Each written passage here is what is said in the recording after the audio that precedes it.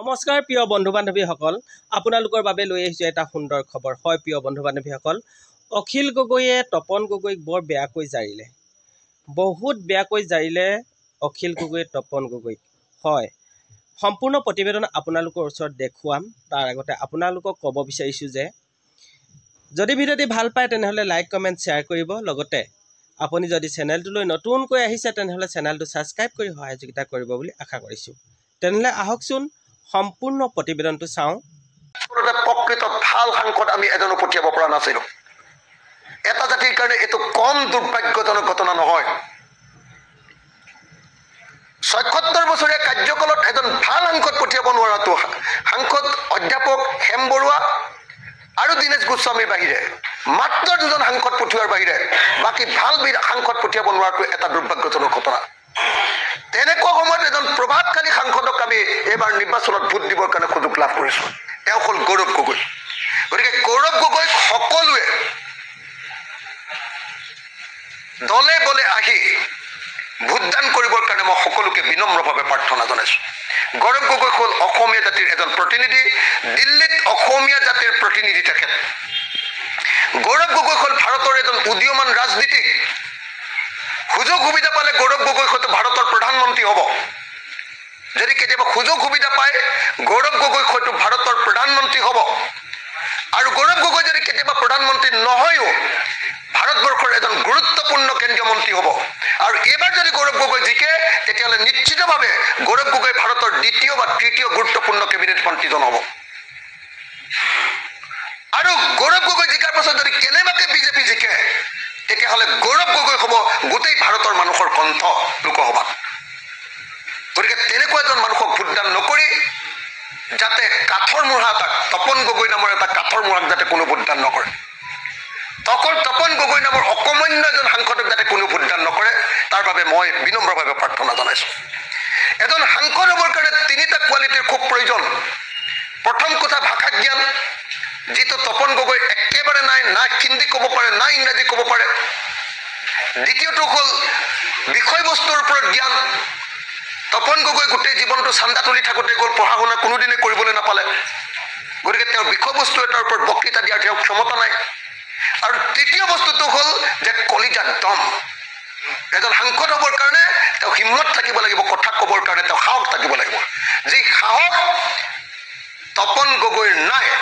আপোনালোকে সকলোৱে জানে যে এই সাহস এইকাৰণে নাই, যিজন মানুহে ইমান দিন জাতীয়তাবাদ কৰিছিলে, যিজন মানুহে সদৌ অসম ছাত্ৰ সন্থা কৰিছিলে, সেইজনে কেৱল আৰু কেৱল ক্ষমতাৰ লোভত তেওঁ হাফ পেণ্ট পিন্ধা পাৰ্টি, গেৰুৱা হাফ পেণ্ট পিন্ধা পাৰ্টি মাৰ্চ পাষ্ট কৰিবলৈ কাৰণে তেওঁ গুচি গৈছে। তপন গগৈৰ একমাত্ৰ গুণটোৱে হ'ল যে তেওঁ নিজৰ আদৰ্শ ত্যাগ কৰি ক্ষমতাৰ কাৰণে তেওঁ আত্মসমৰ্পণ কৰিব পাৰে। আৰু গৌৰৱ গগৈৰ আটাইতকৈ ডাঙৰ কোৱালিটিটো হ'ল যে তেওঁ সমগ্ৰ ভাৰতীয় জাতিক প্ৰতিনিধিত্ব কৰি তেখেতৰ কথা ক'ব পাৰে। গতিকে সমগ্ৰ ভাৰত আৰু অসমক প্ৰতিনিধিত্ব কৰা গৌৰৱ গগৈক ভোট নিদি তপন গগৈ নামৰ যাতে কাঠৰ মূঢ়াটোক, তপন গগৈ নামৰ যাতে ভাং কোটা মাৰিডালক যাতে ভোট নিদিয়ে, অকমান্য সাংসদজনক যাতে ভোট নিদিয়ে, মই সকলোকে সেইকাৰণে বিনম্ৰভাৱে প্ৰাৰ্থনা কৰিছোঁ। আমাৰ হাতত দুটা অপশ্যন আছে। এটা হ'ল শ্ৰেষ্ঠ সাংসদজনক আমি জিকাম, নে নিকৃষ্ট এটাও মাত মাতিব নোৱাৰা, শুই থকা, সংসদত শুই থকা, মাখি মাৰি থকা, সংসদত মহ মাৰি থকা, সংসদত শুই থকা, সংসদত নাক ঘৰ ঘৰাই শুই থকা তপন গগৈক আমি ভোট দিম। এই সিদ্ধান্ত ৰাইজে লওক। মই আশা কৰিম যে ৰাইজে নিশ্চয় অসমৰ কাৰণে দপদপাই থকা গৌৰৱ গগৈৰ পক্ষত নিশ্চয় ৰাইজে সিদ্ধান্ত ল'ব, নিশ্চয় ৰাইজে সিদ্ধান্ত ল'ব। এই সিদ্ধান্ত ল'বৰ কাৰণে মই বিনম্ৰভাৱে যোৰহাট লোকসভা সমষ্টিৰ সকলো ৰাইজকে বিনম্ৰভাৱে প্ৰাৰ্থনা জনাইছোঁ, আহক আমি গৌৰৱ গগৈক এইবাৰ জয়যুক্ত কৰোঁ। এটা কথা মনত ৰাখিব যে গৌৰৱ গগৈক আপোনালোকে ভোট দিয়া মানে ভাৰতবৰ্ষৰ গণতন্ত্ৰ ৰক্ষা কৰিবৰ কাৰণে ভোট দিয়া। গৌৰৱ গগৈক যদি ভোট নিদি এইবাৰ যদি বিজেপি জিকিবলৈ হয়, নৰেন্দ্ৰ মোদীয়ে আমাৰ ভাৰতবৰ্ষৰ সংবিধানখন বদলাই পেলাব। নৰেন্দ্ৰ মোদীয়ে আমাৰ ভাৰতবৰ্ষৰ সংবিধানখন বদলাই পেলাই আমাৰ দেশৰ ধৰ্ম নিৰপেক্ষতা আৰু আমাৰ দেশৰ গণতান্ত্ৰিক চৰিত্ৰ নাইকিয়া কৰি পেলাব। আমি এতিয়া পৃথিৱীৰ বৃহত্তম গণতান্ত্ৰিক দেশ, আৰু 2024 চনৰ নিৰ্বাচনত যদি বিজেপিয়ে চৰকাৰ কৰে আমি হৈ যাম পৃথিৱীৰ বৃহত্তম ধৰ্মীয় মৌলবাদী দেশ। বিজেপিয়ে সংবিধান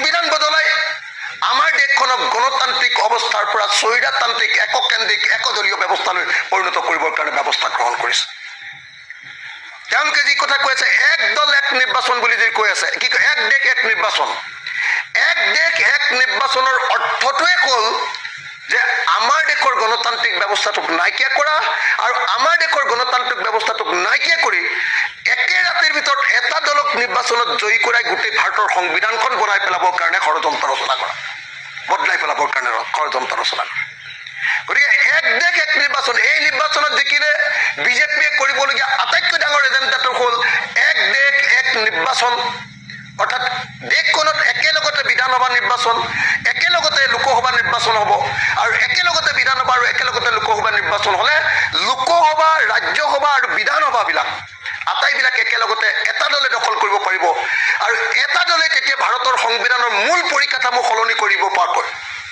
আপোনালোকে সকলোৱে জানে যে মূল পৰিকাঠামো সলনি কৰি দিবৰ কাৰণে লোকসভাত সংবিধান সংশোধনী প্ৰস্তাৱ পাছ হ'ব লাগিব ৰাজ্যসভাত সাংবিধানিক সংশোধনী প্ৰস্তাৱ পাছ হ'ব লাগিব আৰু 50% ৰাজ্যত 50% ৰাজ্যৰ বিধানসভাত সেই সংশোধনী পাছ হ'ব লাগিব সেইকাৰণে তেওঁলোকে এক দেশ এক নিৰ্বাচনৰ কথা কৈ আছে আৰু এক দেশ এক নিৰ্বাচন অহা মানে আমাৰ দেশৰ গণতান্ত্ৰিক ব্যৱস্থাটো উফৰি গৈ ইয়াত ধৰ্মীয় মৌলবাদী দেশত পৰিণত কৰা